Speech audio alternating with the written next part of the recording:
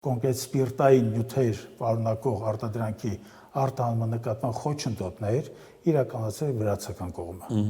Վրացական կողմը ցանազան պատրվակներով մենք պետք է հիշենք դա, որ վրացական կողմը դա մշտական բաց տրանզիտ չէ։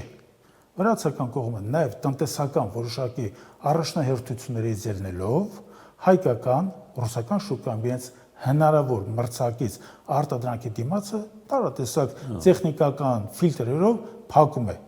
Ռուսական կողմի հետ կապված, ռուսական կողմը օրինակ տեխնիկական վերահսկողություն,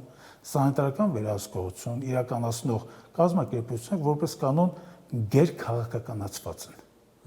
Գերքաղաքականացված են եւ այդ կազմակերպությունների համար դե նրանք որևիցե ապրանքանակի, խմբականակի մեջ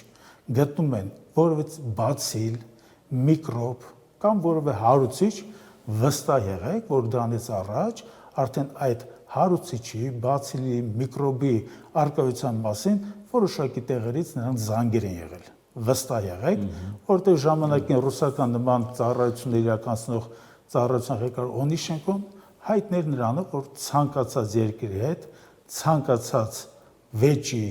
ընդհանրենք խնդրի դեպքում առաջամարտիկը նայեր եւ նա մեկ վայրկյան չի կասկածի, որ իրականացնել հնարավոր ամեն ինչը, որպեսզի այդ խմբականակները Ռուսաստան Դաշնություն մուտք չգործեն։ Բայց այստեղ կա խնդիր, ինչու են նման գերքաղաքականացված կազմակերպությունները ոչ լոյալ վարքագիծ դրսևորում հայկական տնտեսվարողների նկատմամբ։